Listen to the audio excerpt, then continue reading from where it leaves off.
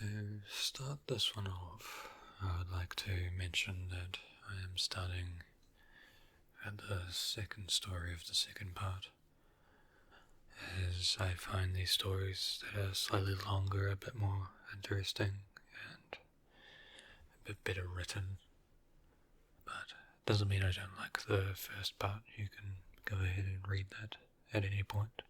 I should be linking that in the description. But we are starting at part 2 today. So I shall begin. Missing kids are always the most heartbreaking. Doesn't matter what the circumstances they go missing under, it's never easy. And we always dread the ones that we find deceased. It's not common, but it does happen. David Politis talks a lot about kids who say our teams find in places they shouldn't be, or couldn't be. And I can honestly say that I've heard about this kind of thing happening more than I've seen it. But I'll share the ones that I think about a lot, and that I've witnessed personally. A mother and her 3 kids were out for a picnic, and in an area of the park that is it's a really small lake. One is 6, one is 5, and the other is about 3. She's watching them all really closely, and according to her, she never lets them out of her sight at any time. She never saw anyone else in the area either, which is important. She packs up their stuff and they start to head back to the parking area. Now, this lake is only about 2 miles into the woods, and it's on a very clearly established trail. It's almost impossible to get lost without getting from the parking area to it, unless you're deliberately going off the path like an imbecile. Her kids are walking in front of her when she hears what sounds like someone coming up from the path behind her. She turns around and what seems to be in the span of 4 seconds, she's not looking. Her 5-year-old son vanishes. She figures he's stepped off the trail to pee or something, and she asks the other 2 where he went. They both tell her that a big man with a scary face came out of the woods next to them and took the kid's hand. And then he just led them into the trees. The 2 remaining kids don't seem upset. In fact, she says later that it seems like they've been drugged. They're sort of spacey and fuzzy. So of course, she freaks out. Starts looking frantically in the area for her kid, screaming his name. She says at one point she thinks she heard him answer her. Now obviously she can't go blindly running into the woods. She's got 2 other kids, so she calls the police, and they send us out here immediately. We respond, and we start the search for him. Over the course of the search, which spans miles, we never find a single trace of the kid. The canines can't even pick up any scent.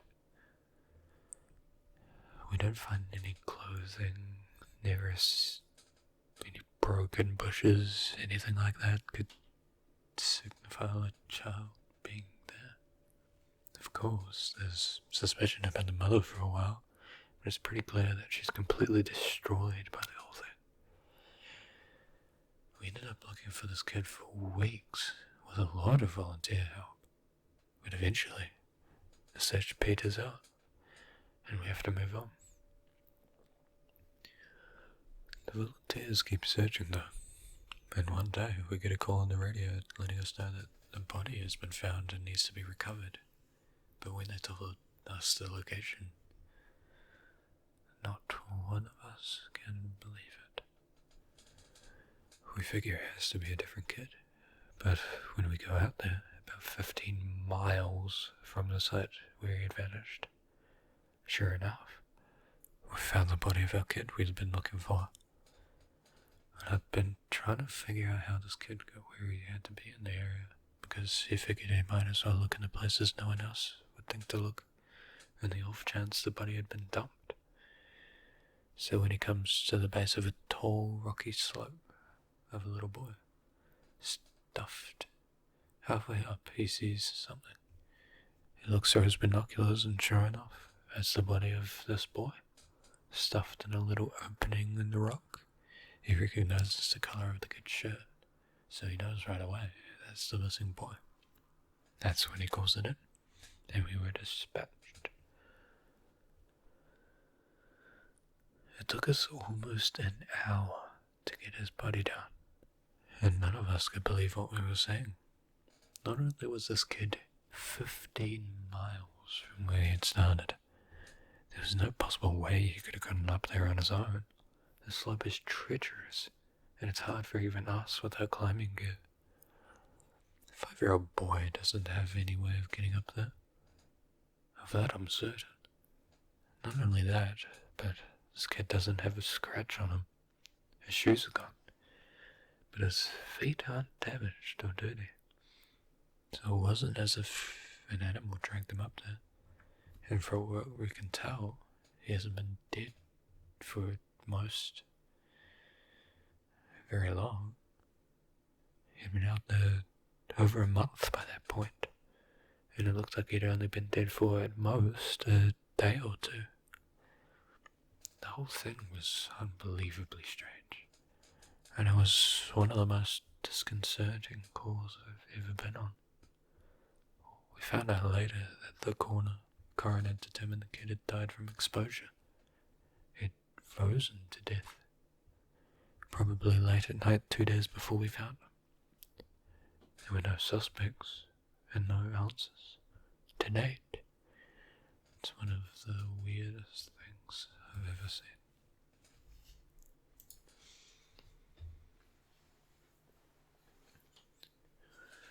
One of my first jobs as a trainee, said job, was a 4-year-old kid that had gotten separated from his mum.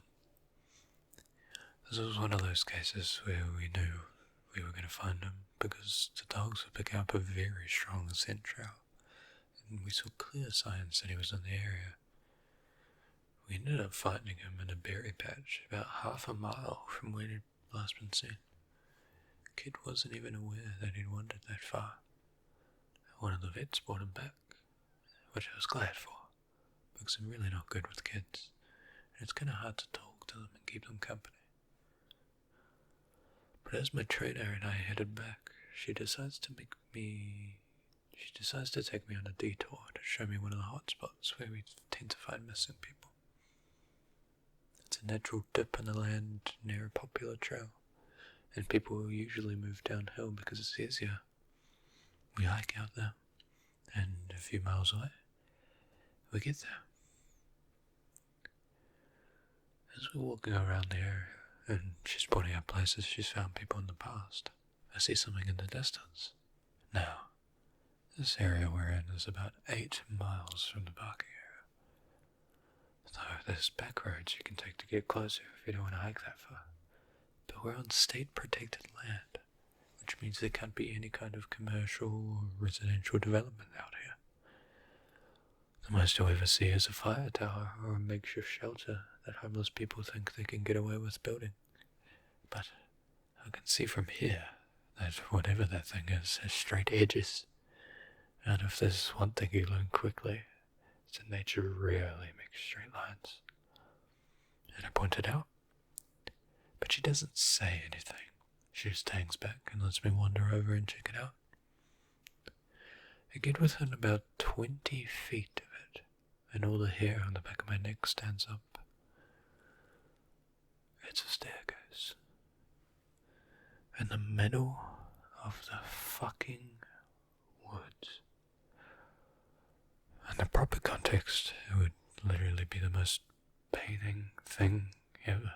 Just a normal staircase. With beige carpet and about 10 steps tall.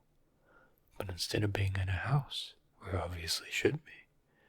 It's out in the middle of the woods. The sides aren't carpeted, obviously. I can see what wood it's made out of. It's almost like a video game glitch where the house has failed to load completely and the stairs are the only thing visible.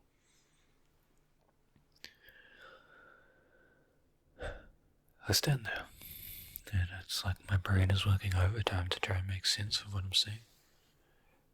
But when my trainer comes out and stands next to me, she just stands there casually, looking at it as if it's the least interesting thing in the world. I ask her what the fuck this thing is doing there, and she just chuckles. Get used to it, rookie. You're gonna see a lot of them. I start to move closer, but she grabs my arm. Hard. I wouldn't do that, she says. Her voice is casual, but her grip is tight. And just stand there looking at her. You're gonna see them all the time, but don't go near them. Don't touch them. Don't go up them. Just ignore them. I start to ask her about it, but something in the way she was looking at me tells it's best if I don't. And we end up moving on. The subject doesn't come up again for the rest of my training. She was right though. I'd say about every fifth call I go on, I end up running across a set of stairs. Sometimes they're relatively close to the path, maybe within 2 or 3 miles. Sometimes they're 20, 30 miles out, literally in the middle of nowhere. And I only find them during the broader searches or training weekends. This is the thing about them. They're usually in good condition. Sometimes they look like they've been out there for ages. All different kinds, all different sizes. The biggest I ever saw looked like they came out of the turn of the century mansion. They were at least 10 feet wide, with steps leading up at least 15 or 20 feet. I've tried talking about it with people, but they give me the same response my trainer did. It's normal. Don't worry about it. They're not a big deal. But don't go close to them or up to them. And when trainers ask me about it now, I just give them the same response. I don't really know what else to tell them, but someday I'm hoping that I'll get a better answer. Hasn't happened quite yet.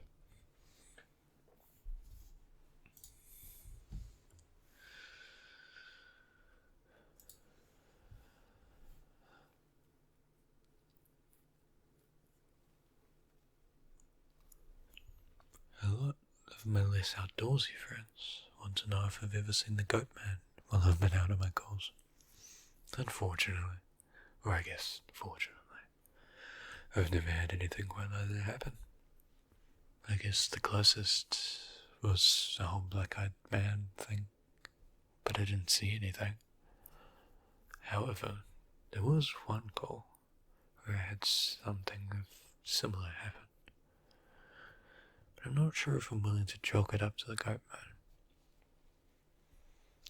We'd gotten a report that an older woman had fainted along one of the trails and needed assistance getting back down to the main area.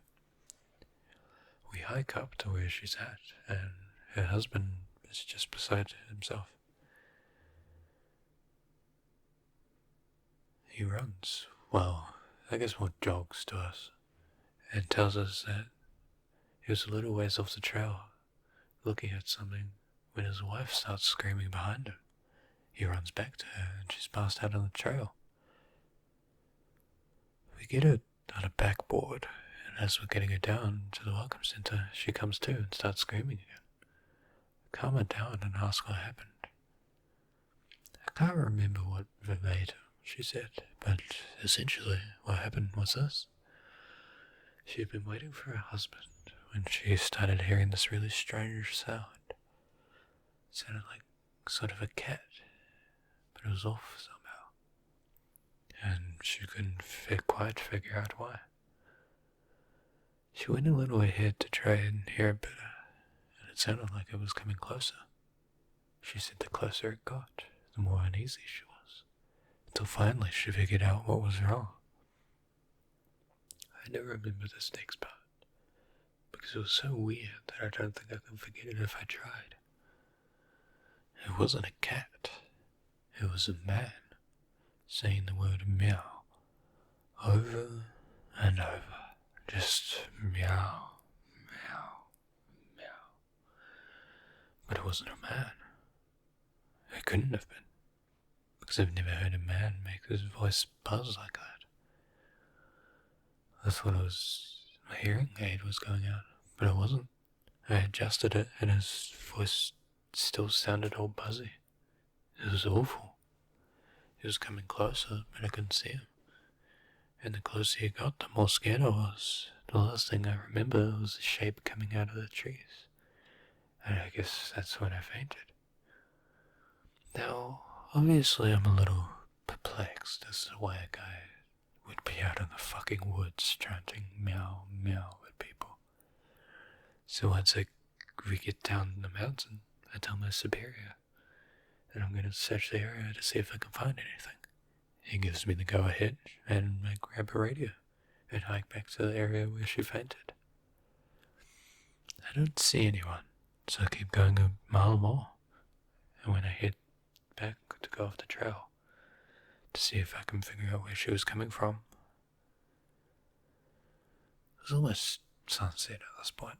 I don't have any desire to be out at night alone, so I just sort of write it off and make a mental note to check it out again tomorrow.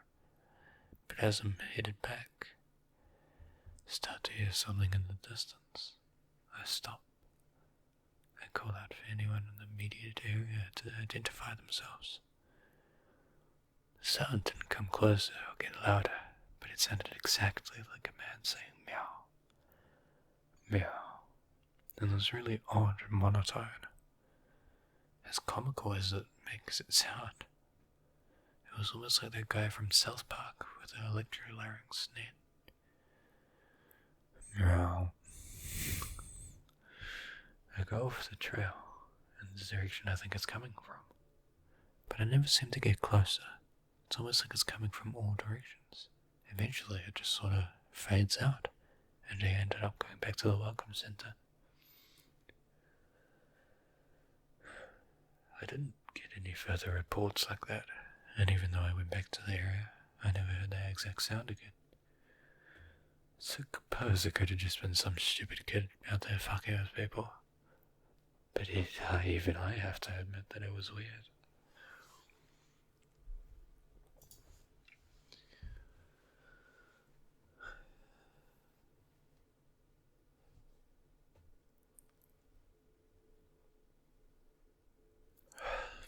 This story happens when I was out, right after I got into training, and I was still pretty new to everything. Before I took this job, I was a volunteer, so I had a basic idea of what to expect. But on those calls, you're mostly dealing with finding lost people after vets have found signs of them. As an SAR officer, you go out for all kinds of cases, from animal bites to heart attacks. This case got called very early in the morning from a young couple who were up in one of their trails that goes out by the lake. The husband was completely hysterical, and we couldn't really figure out what was going on, but we could hear the woman screaming in the background, and he was begging us to come right away. But when we get there, we see him holding his wife, and she's got something in her arms. She's screaming these awful, almost animal-like screams, and she's sobbing. He sees us and he screams at us to help them, to please get an ambulance out there. Now obviously we can't just drive an ambulance to the walking path, so we ask if his wife needs help, or if she can walk alone. He's still hysterical, but he manages to tell us that it's not his wife that needs help. I go over while one of the vets tries to calm him down, and I ask the wife what's going on. She's rocking, holding something, and just shrieking over and over. And when I crouch down to see whatever she's holding, it's covering her with blood.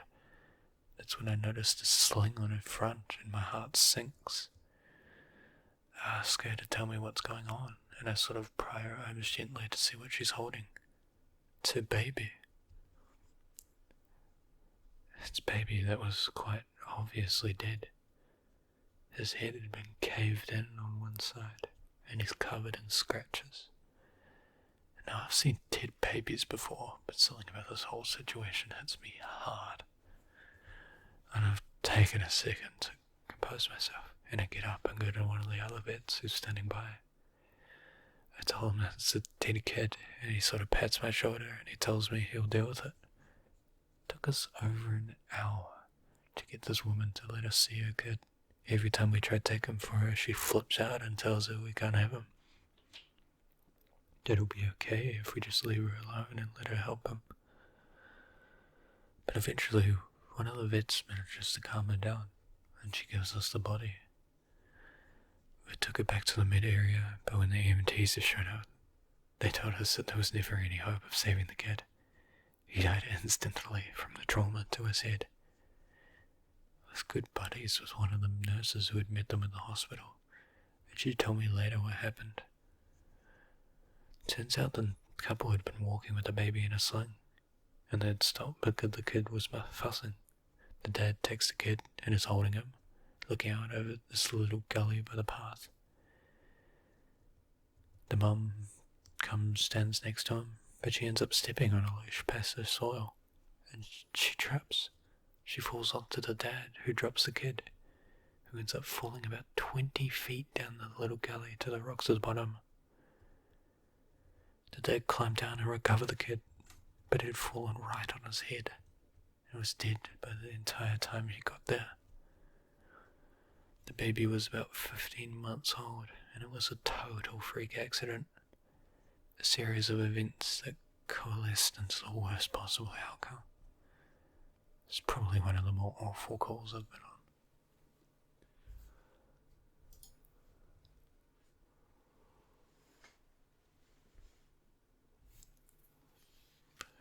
Now, I haven't seen a lot of animal bites in my time, and as an SAR officer, mostly because there aren't many animals that come out of the people that come around the area. Well, there are bears in the area. They tend to stay pretty far away from people, and sightings are highly unusual. Most of the animals you'll see are small ones, like coyotes, raccoons, or skunks. And what we do frequently, though, are moose. And let me tell you, moose are nasty fuckers. They'll chase after anything for any reason. And God help you if you get between a female and its baby. One of the more amusing calls was of a guy who'd gotten chased down by an absolutely massive male moose and was stuck up a tree. It took us almost an hour to get him down, and when he was finally on solid ground again, he looks at me and said, "God damn fuckers, this big up close." And I guess that's not really a scary story, but we still laugh about that one.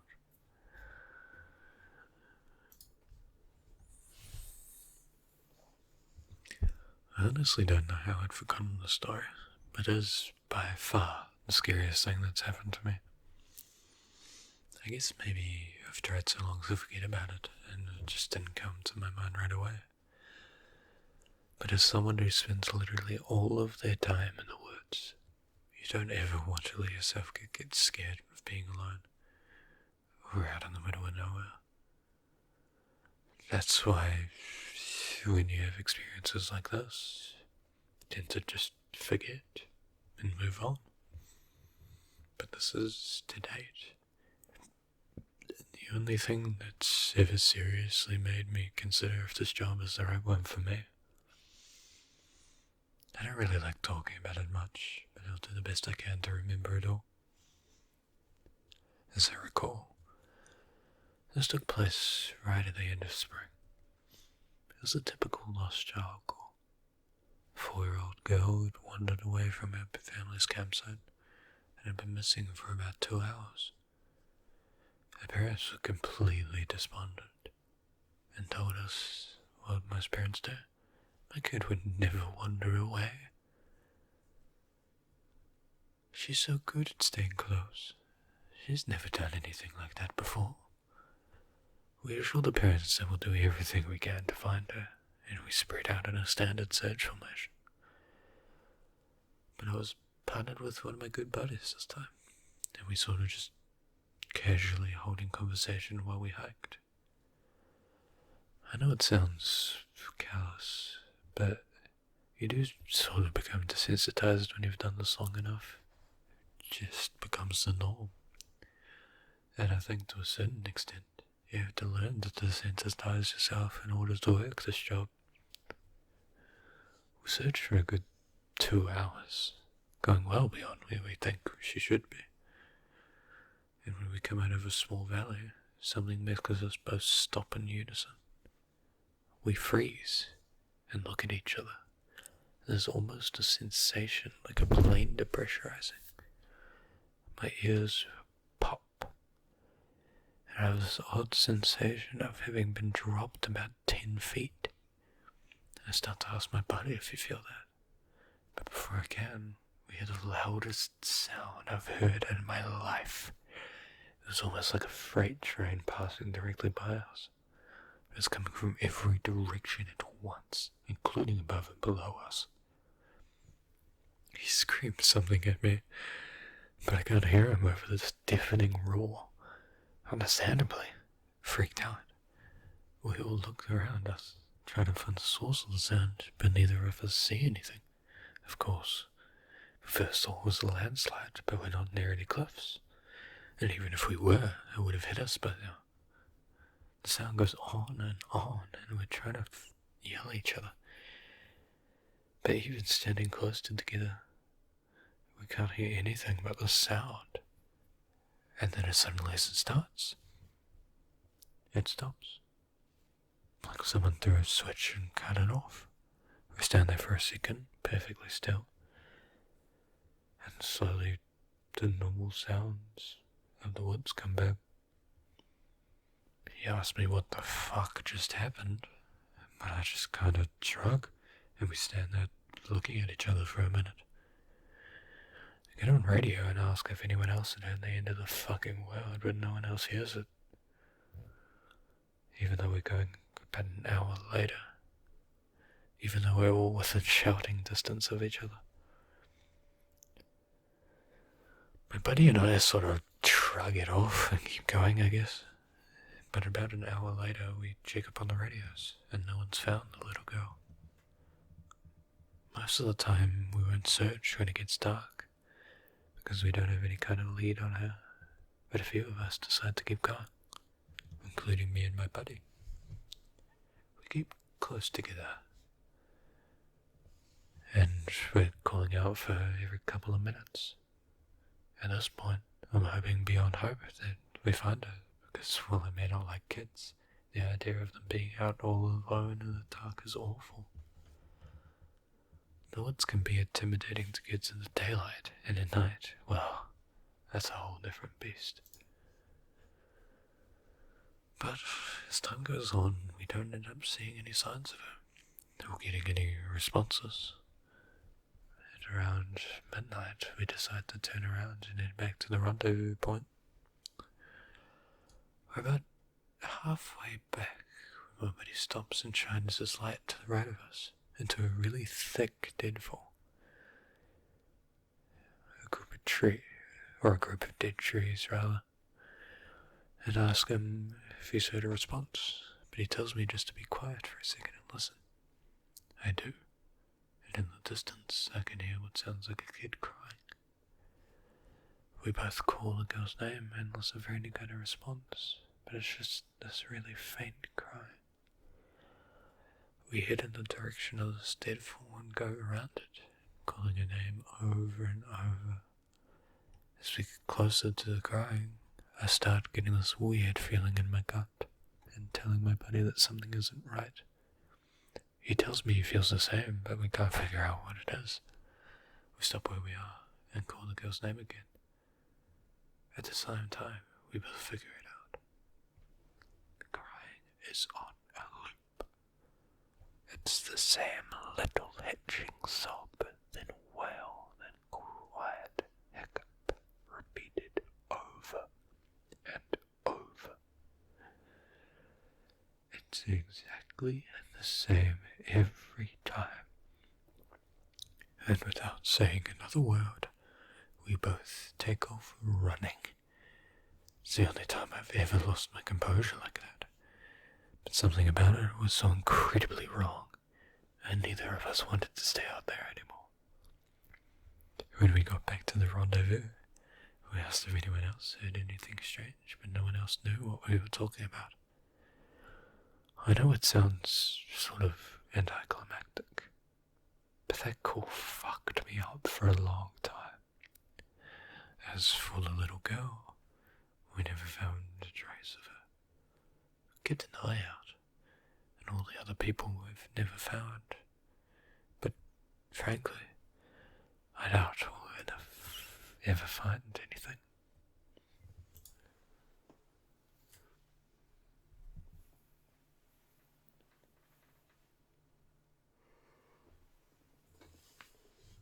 The few missing person calls I've gotten out of, only a handful have ever resulted in complete disappearance, meaning no trace of a person or body ever found.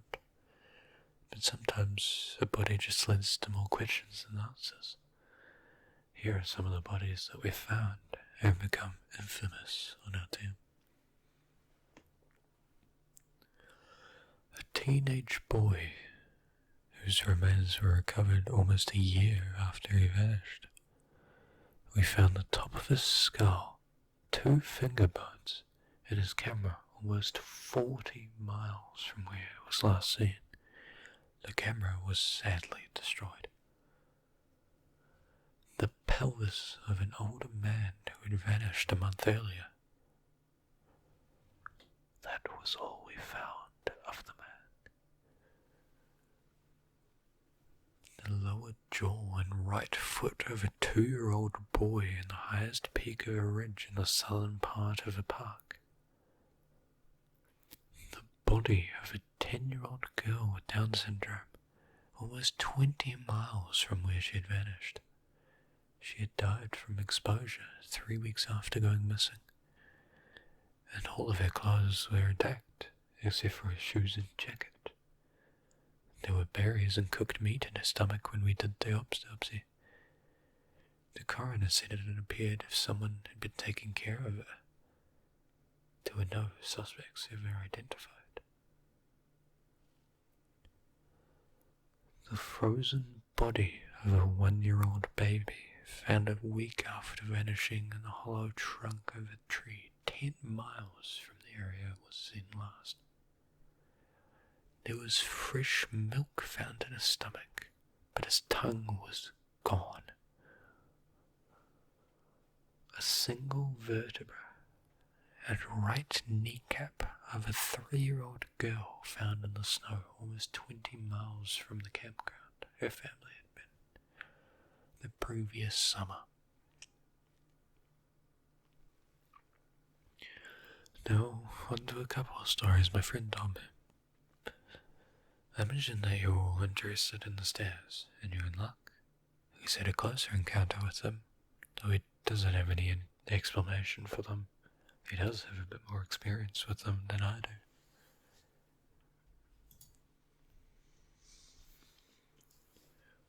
My buddy has been an SAR officer for about 7 years. When he started, he was a junior in college, and he had a very similar experience when he had first encountered the stairs. This trader told him almost the same thing mine did, which was to never go near, touch, or ascend them. For the first year, he did just that, but apparently his curiosity got the better of him, and on one call he broke away from the line and went to go check a set of them out. He said they were about 10 miles from the path where a teenage girl had vanished, and the dogs were following a scent. He was on his own, lagging behind the main group when he saw a set of stairs off us to his left. They looked like they were from a new house, because the carpeting was pristine and white. He said that as he got closer, he didn't feel any different or hear any weird noises. He was expecting something to happen, like bleeding from his ears or collapsing. But he got right up next to them and didn't feel anything. The only thing, he said, that was odd was that there was absolutely no dust or debris on the steps. No dirt, leaves, dust, or anything. And there didn't appear to be any signs of animal or insect activity in the immediate area, which he found strange. It was less like the things were avoiding them, and more like they just happened to be in a relatively barren part of the forest. And he touched the stairs. Didn't feel anything except that sort of sticky feeling when you get from a new carpet. Making sure his radio was on, he slowly climbed the stairs. He said it was terrifying because of the way they had been stigmatized. He really wasn't sure what was going to happen to him. He joked that half of him expected to be teleported to some other dimension, and the other half was watching for a UFO to come swooping down. But he got to the top of the event. But he got to the top of them with little event, and he stood there looking around. But he said the longer he stood at the top step, the more he felt like he was doing something very, very wrong. He described it as the feeling you'd get if you were in part of a government building you had no business being in, as if someone was going to come and arrest you or shoot you in the back of the head at any second. He tried to shake it, but the feeling got stronger and stronger. That's when he realized he couldn't hear anything anymore. The sounds of the forest were gone. He couldn't hear his own breathing. It's like some kind of weird, awful tinnitus, but more oppressive. He climbed back down, rejoined the search, and didn't mention what he'd done. But he said the weirdest part came after. His trainer was waiting at the back of the welcome center, and the search ended for that day. And he ended up cornering him before he could leave. He said his trainer had this look of intense anger, and he asked what was wrong. "You went up them, didn't you?" My buddy said it wasn't phrased as a question. He asked how his trainer knew. The trainer just shook his head, because we didn't find her. The dogs lost their scent. My buddy asked what that had to do with anything. The trainer asked how long he'd been up the stairs, and my buddy said no more than a minute.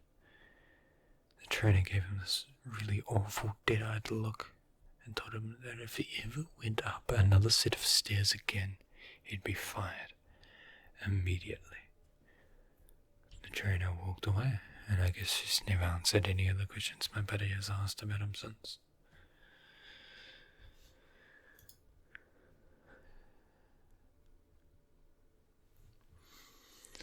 My buddy also has a few more stories, because he's involved in a lot of missing person cases where there's never been a trace of them found. I mentioned David Pilates, and my buddy said he can confirm that those stories are, for the most part, accurate. He said that most of the time, if the person isn't found right away, they're either never found, or they're found weeks, months, or years later, in places they can't possibly have been gotten into. One story he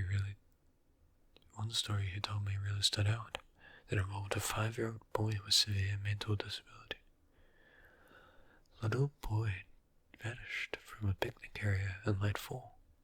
In addition to the mental disability, he was also physically handicapped, and his parents explained over and over that he simply could not have vanished. It was impossible. Someone had to have taken him. My buddy said they searched this kid for weeks, going up miles out of the accepted range, but it was like he'd never been there. Dogs couldn't pick up a scent anywhere. not even in the picnic area where it had apparently vanished from. Suspicion fell on the parents, but it was pretty clear that they were devastated and hadn't done anything sinister to their kid. The search was concluded about a month later, and my buddy said everyone had pretty much forgotten about it by later in the winter.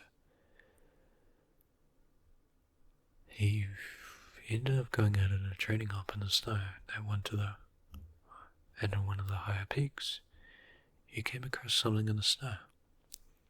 He said he'd saw it from far away at first, but when he got closer, he realized it was a shirt, frozen, sticking partway out of the powder. He recognized it as belonging to the kid because it had a distinctive pattern. About 20 yards away, he'd found the kid's body, laying partially buried in the snow. My buddy said there was no way this kid had been dead for any more than a few days, even though he'd been missing for almost 3 months. The kid was curled around something, and when my buddy brushed around the snow to see what it was, he almost couldn't believe what he was seeing. It was a big chunk of ice that had been carved crudely to look like a person. The kid was holding it so tight that he had frostbitten the chest and his hands, which my buddy could tell even with the decay that had taken place. He radioed the rest of the gear and they took the body off the mountain. And now he recapped all of this for me, and to put it simply, there was no way this kid could have survived for almost 3 months of his own, or have gotten to this peak. There was no physical way this child had walked almost 50 miles and ended up on the top of a goddamn mountain. To top it off, there was nothing in the kid's stomach or colon. Nothing. Not even water. It was like my buddy said, the kid had been taken off the face of the earth, put in suspended animation and dropped on this mountain months later only to die of exposure. He's never really gotten mad over that one. And I don't blame him. This last story I'll share from him was the one that took relatively recently, only a few months ago. They were out doing a recon for mountain lions because there had been several reports of sightings in the last couple of days. One of our jobs is to scout the areas of where these animals are seen to ensure that if they are in the area, we can warn people and to close off those trails.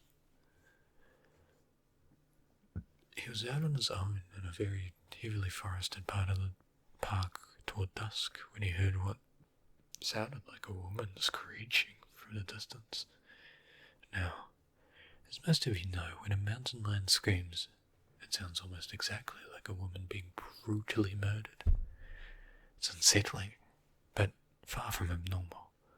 My buddy radioed back and let us know that he'd heard one, and that he was going to see if he could figure out where his territory started. He heard the mountain lion scream a couple more times, always from the same spot, and he determined the approximate area of the mountain lion's territory. He was about to head back when he heard another scream, this time only a few yards of him.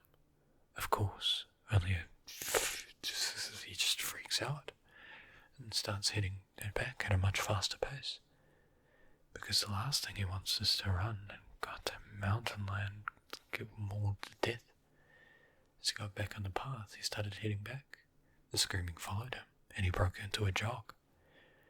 When he was about a mile from the hops, the screaming stopped, and he turned around to see if it was following him. And it was almost night by that point. But he said in the distance, just before the path rounded a corner, he could see what looked like a male figure. He called out to them, warning that the paths were closed, and that he needed to come back to the welcome center. But the figure just stood there. And my buddy started to walk over. When he was about 10 yards away though, the figure took, as he described, an impossibly long step towards him and let out the same scream my buddy had been hearing. My buddy didn't even say anything, he just turned and sprinted back to the ops, never looking behind him. But the time he got back, the screaming had moved back into the woods. He didn't mention it to anything else. He just said that there was a mountain lion in the area, and that what they would need to do is close the pass until the animal could be located and moved. And that wraps it up for me and my buddy's stories. I'm sure there'll be another part to this, but I kind of want to space these out to a degree, so I'll see you another time, and good night.